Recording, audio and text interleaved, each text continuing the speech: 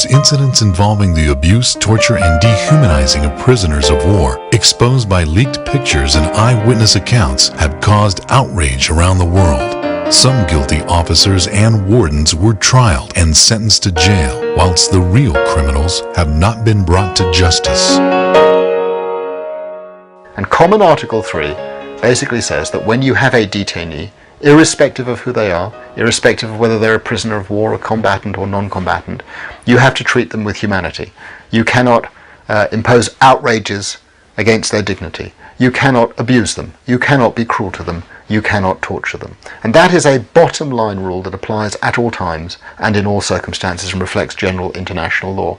That is well established in what you've called the Code of Combatants in international law. It's often not respected, but it provides a benchmark against which one decides whether or not an act or a form of treatment is legitimate and lawful or not. The central thing I think to focus on if we want to limit these kind of violations is not tighter and tighter rules by international lawyers to circumscribe states. We've got to cut directly to the reason why states are doing it. They're doing it because they believe they'll get an advantage. Do they actually get an advantage? I'm thinking of studying torture. I don't believe torture provides much of any real advantage.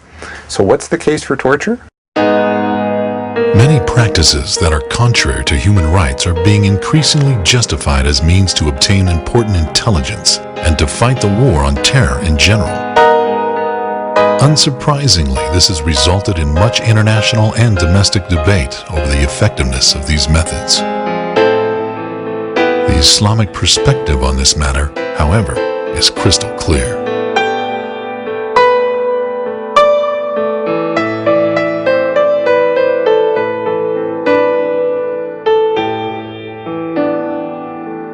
Muslims are not allowed to torture or dehumanize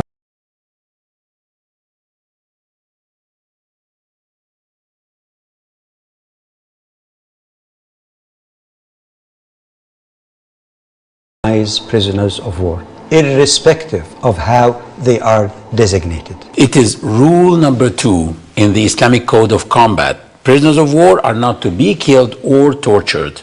This rule is solidly established and it was clearly observed during numerous incidents during the Prophet's time.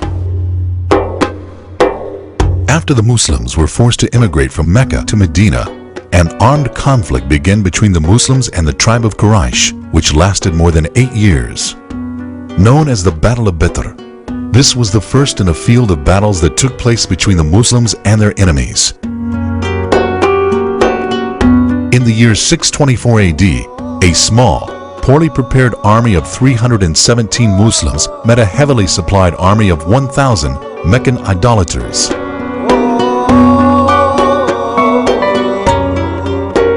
The night before the battle took place, an intelligent unit of 3 companions of the Prophet arrested 2 men who were bringing water from the army of Quraysh. The Prophet's wisdom shone in his chosen method to extract information from them. It is a clear display of the high standard of morality to be implemented when dealing with prisoners of war.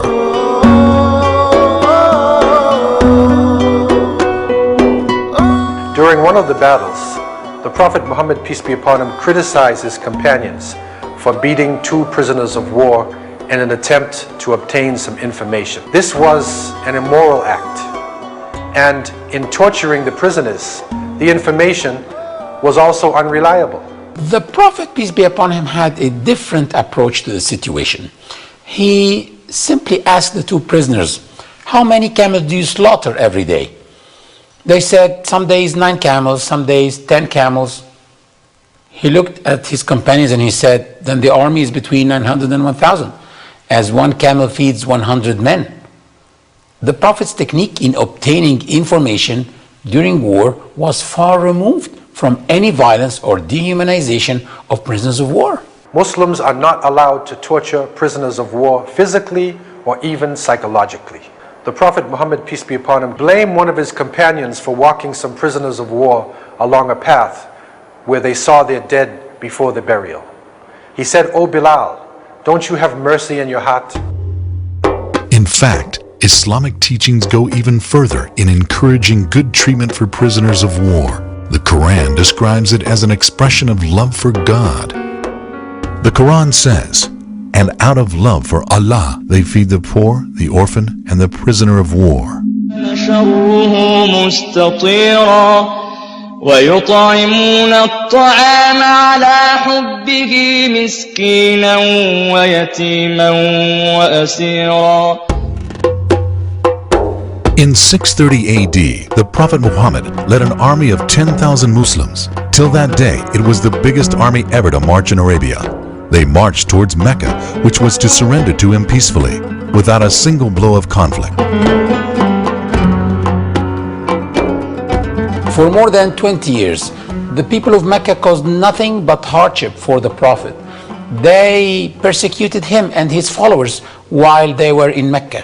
And they waged wars against them after their migration to Medina. People usually accept, peace treaties when they're unable to sway a battle in their favor.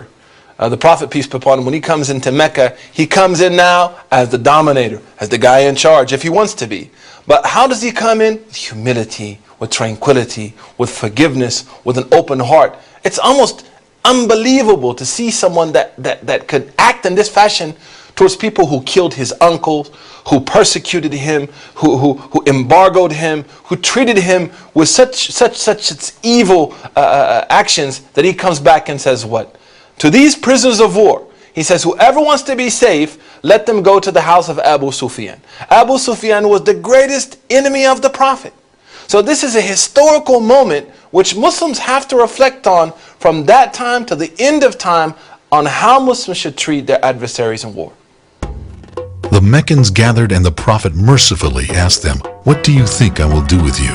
With fear in their hearts and tears in their eyes, they said, "You are a noble brother and a noble nephew."